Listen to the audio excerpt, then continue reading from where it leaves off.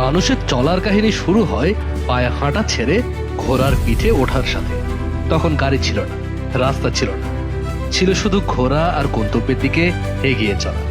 তারপর সময় বদলেছে, এসেছে গাড়ি, বাস, ট্রেন, বিমান। বাহন হিসেবে ঘোড়ারা সেই কদর করে, কিন্তু প্রযুক্তি আবার তাকে ফিরিয়ে আনছে নতুন চেহারা। কার্বন টাইটানিয়ামের রোবোটিক ঘোড়া খড় খায় না, ঘাম ছড়ায় না, আওয়াজ দেয় না, কিন্তু পাহাড়, পর্বত, নদী, নালা পেরিয়ে দিব্যি নিয়ে যাবে আপনাকে। এমন স্বপ্ন দেখাচ্ছে মোটরসাইকেল কোম্পানি হিসেবে বিখ্যাত জাপানের কাওয়াসাকি। গাড়ি, মোটরসাইকেল বাদ দিয়ে এবার তারা সোজা ঘোড়ায় উঠেছে।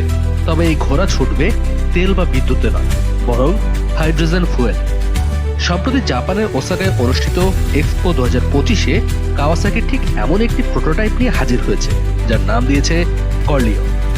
কর্লিও শুধু আপনার গ্যারেজের শোভাবর্ধনই করবে না, বরং পাহাড়, জঙ্গল, নদী, নালা যেখানেই যাবেন সেখানেই দিব্যি পৌঁছে দেবে।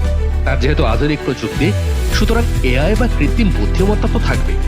এই রোবট ঘোড়ার এআই এমনই বুদ্ধিমান যে আপনার শরীরের ভারকেন্দ্র বুঝে নিয়ে নিজেই ঠিক করে নেবে কখন দ্রুত দৌড়াবে, কখন লাফ দেবে, আবার কখন ধীর গতিতে হাঁটবে। এই রোবট ঘোড়ার চার পায়ে আছে বিশেষ সেন্সর।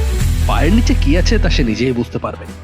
ঘোড়ার মতো পা তো বানানোই হয়েছে, কিন্তু গ্রিপ নেওয়ার আইডিয়াটা তারা নিয়েছে পাহাড়ি ছাগলের কাছ থেকে। পাহাড়ি ছাগলকে খাড়া পাহাড়ে উঠতে দেখে আমরা যেমন অবাক হই, ঠিক তেমনই অবাক করা গ্রিপ দিয়ে ডিজাইন করা হয়েছে এই রোবটের পা। তাই দুর্গম পথেও কর্লিও পা পিছলে পড়ে যাবে না, আপনাকেও ফেলবে না।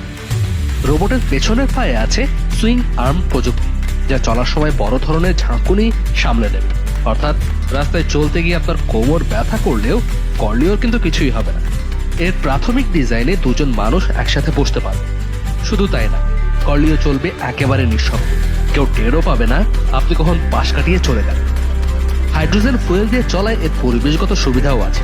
ফুয়েল হিসেবে এটি কার্বন ডাই অক্সাইড নয়, বরং নিঃসরণ করবে সাধারণ পরিষ্কার পানি। রিফুয়েল করলে একবারে যেতে পারবেন 100 থেকে 150 মাইল। তবে গতির বেলায় একটু ধৈর্য ধরতেই হবে, কারণ কর্লিওর সর্বোচ্চ গতি ঘন্টায় 25 কিলোমিটার। রাস্তায় রেসিং করতে পারবেন না, তবে এমন জায়গায় যেতে পারবেন যেখানে আপনার পাড়ার ছেলের ঝকঝকে মোটরসাইকেল বা গাড়ি যাওয়ার আগে 10 বার ভাববেন। এখন ভাবছেন হাতল পার দৈর্ঘ্য তো সবার জন্য এক না, সেটাও ভেবেছে কাওয়াসাকি। আপনি আপনার উচ্চতা অনুযায়ী পা রাখার জায়গা অর্থাৎ স্টিরাপের দৈর্ঘ্য সামঞ্জস্য করে নিতে পারবেন, আর হ্যান্ডেল ধরে নিজের শরীরের ভার বদল করেই নিয়ন্ত্রণ করতে পারবেন রোবটের গতি আর চলাচল।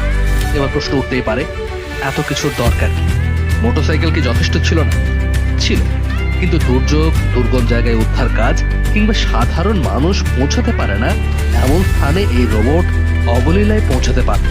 এছাড়াও শখের বা ট্যুরের যাত্রাতেও কর্লিও হবে আপনার এক বিশেষ সঙ্গী।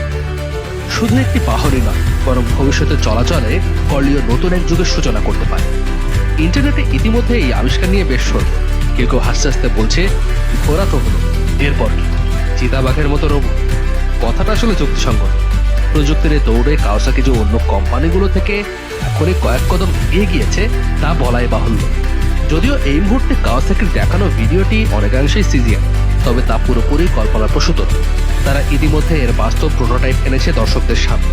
বাজারে আনতে সময় লাগতে পারে আরো 25 বছর, অর্থাৎ 2050 সালের আশেপাশে। তখন হয়তো আমাদের ভবিষ্যৎ প্রজন্ম কর্লিওর পিঠে চড়ে দিব্যি শহর থেকে গ্রামের দুর্গম পথ পাড়ি দেবে। কাজী নিশাদ, যমুনা নিউজ।